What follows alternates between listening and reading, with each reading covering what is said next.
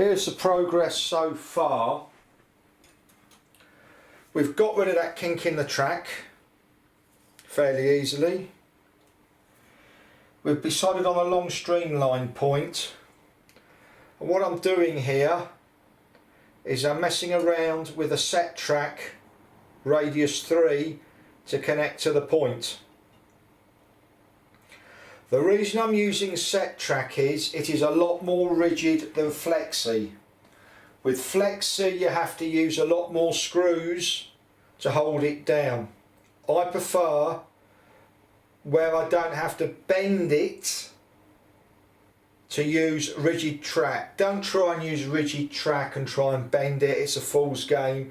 Use flexi. I guess I will be using flexi here. We're not sure yet because I haven't done this, but I'm just showing you the progress. We've used a straight here, so we've got rid of that kink, which you could see the loco. We've got a big enough straight here so that before the loco goes into the point, the bogies can even up with the chassis. It's a long streamline point instead of a set track point. So obviously going into the bend is a lot gentler, so it's going to aid smoother running. So not have we just sorted this out here, we're going to have smoother running going into this bend.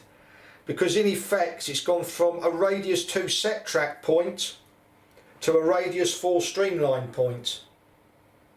So just by moving this back, because you can see the point motor was there where the original point was, by moving this back we're able to facilitate a smoother bend. And you can see this here is barely affected, and the idea was to lose the kink in the track here. Thank you. Okay, you can see here where I've cut the track off to facilitate the size I need for them to meet up, and you always do a bit over.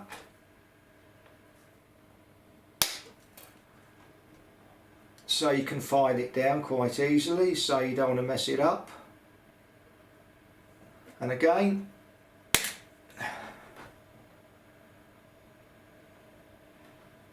just take a little bit off here, just a tad.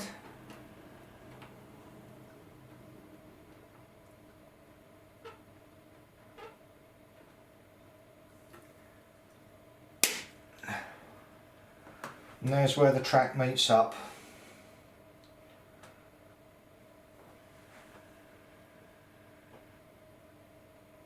And that's pretty much it.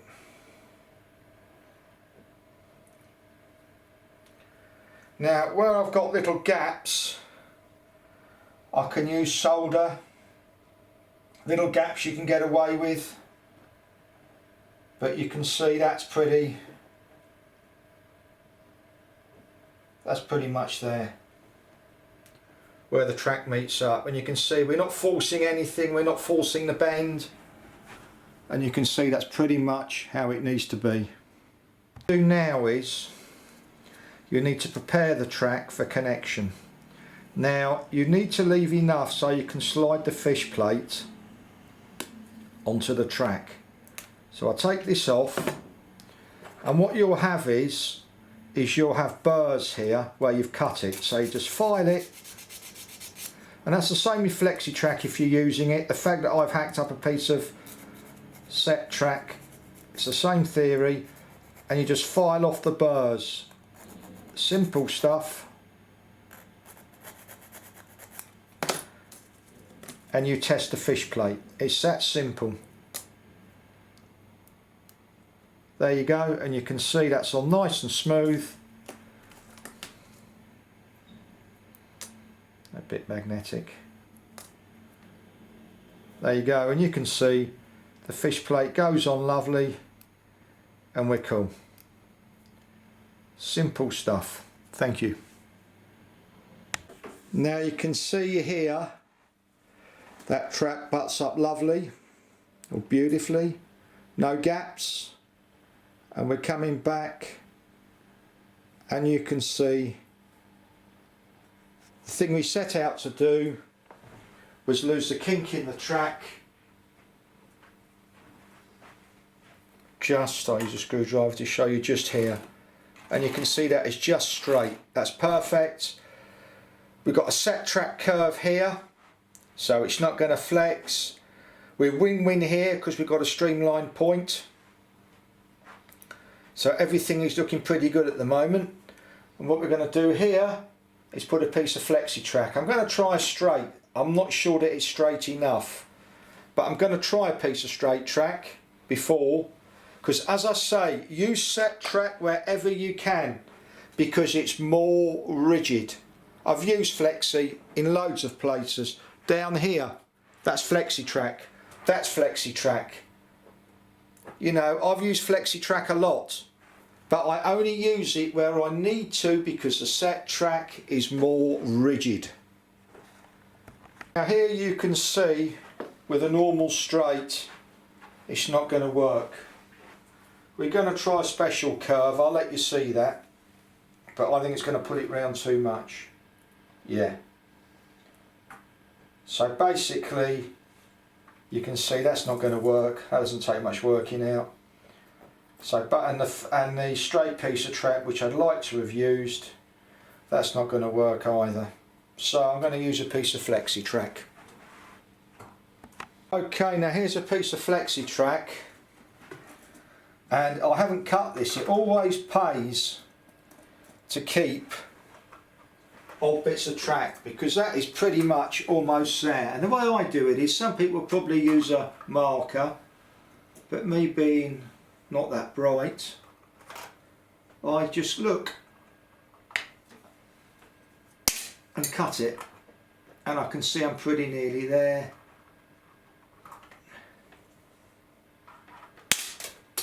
God, it goes off like a gun.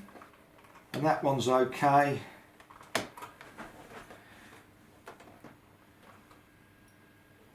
And there we go. There we go.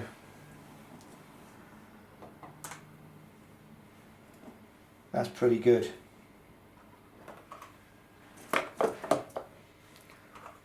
So anyway, I'm going to dress this now. Okay, you can see here the track is not laid, but it's how it should be, and we've made sure all the fish plates are lined up. Yes, it's got to be levelled, but we've got exactly where we want to be. Okay, looking along here, you will see everything, the fish plates butt up correctly. You will see nothing is kinked or twisted. We've made sure everything lines up. You do not cheat. You make sure the fish plates are lined up with the track. You don't bend them to make it work. You make sure they're all lined up correctly. And as we move along, you will see the piece of straight track now between the points. It's important you have a good piece of straight track there to give the bogies of steam locomotives time to adjust to take the next bend. As far as remounting the point motor, because that's further over, we decided here, you can see that's just not going to work. There is the ideal place. When you do point motors, they're best on a straight because there's no way there's any overhang of carriages that are going to catch it. The problem we have is there's a support joist under there, so we can't do that. So the best place we can put this is here, and we can mount it out slightly so it mirrors the bend, which is fine, and that way the carriages aren't going to catch it. So whatever radius point you're doing, as long as you mirror the bend so you give everything ample room to clear it. I mean, I could probably get away with it there because but I'm going to put it there for safety's sake, and the carriages will clear it, and it will work without any issues. And obviously the hole I'm going to drill just behind it. Okay, what we've done is we've drilled the hole for the rubber plastic sheath for the wires, so there's no chaffing against the wood. It's in nice and tight. And now we're going to level the track up before we ballast it. Hey, we've just remembered that we've got power cables here, so I'm going to use PL11s like I always do. I think they're PL11s, the Peco power joiners, which is simple stuff.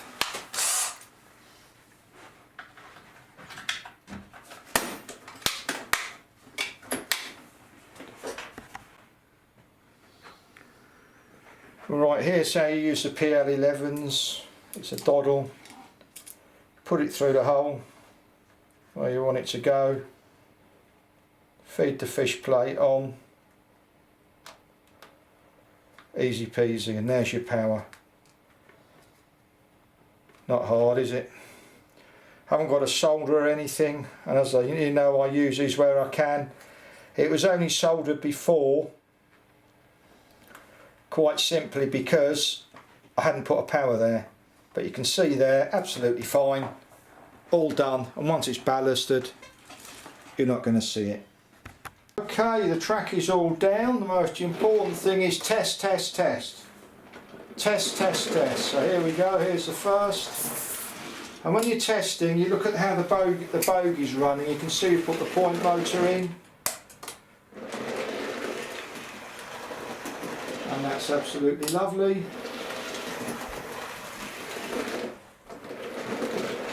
And it's a test, test, test situation.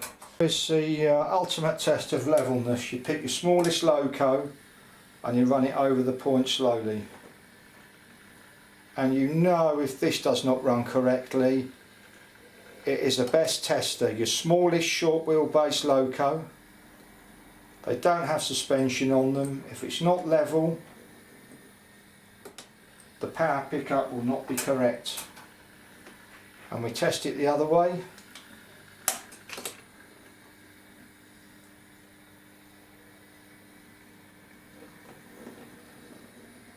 And you can see that is perfect.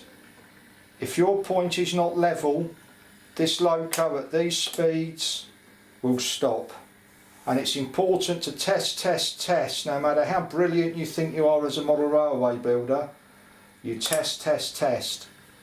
And you can see this loco is faultless.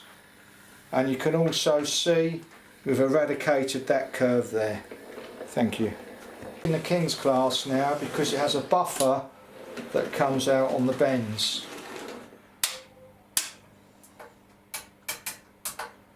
And back the other way, and you can see there's not going to be a power problem here, but you can see here that is absolutely fine. Another thing that's important to check is the spirit level, that it's all level. And hopefully you can see, there you go, it's all dead level. Come across,